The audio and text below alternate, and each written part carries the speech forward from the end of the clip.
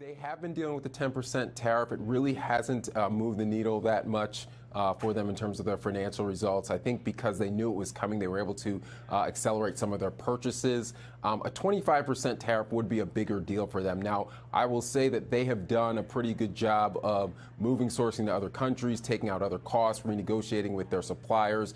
So they have fully mitigated the impact. That impact of that 25% tariff is in their guidance for 2019. Those shares are still down about 17% since September 2018, when the 10% tariffs went into place.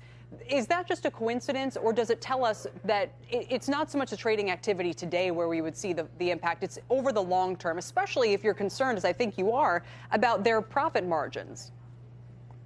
That is very true. There's no question that higher tariffs are a bad thing for the Williams Sonomas, for the RHs of the world. And yeah, it weighs on your profit margins. And these are companies that are facing more and more competition from online-only players, such as Wayfair. And to some extent, it's an unlevel playing field because Wayfair's investors are not necessarily looking for profits the way that they are from a Williams Sonoma, from an RH. That's a great point. Maybe even Amazon, too. How might they be affected? I know that's a tricky one.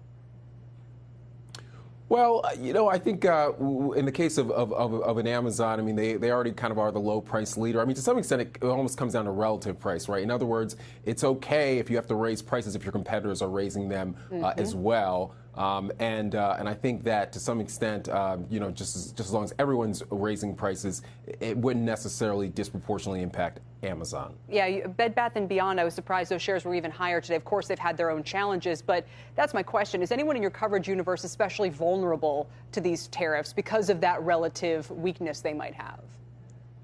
Well, I think a lot of it has to do with how much you're sourcing from China, right? You know, RH, about 25% of their sourcing comes from China. Williams Sonoma, it's about 15%. You know, one thing I think is worth noting is that a lot of these companies have been shifting their sourcing out of China, and it actually started before these tariff concerns. Chinese labor has continued to increase, and so they're not as reliant on China as they were a few years ago.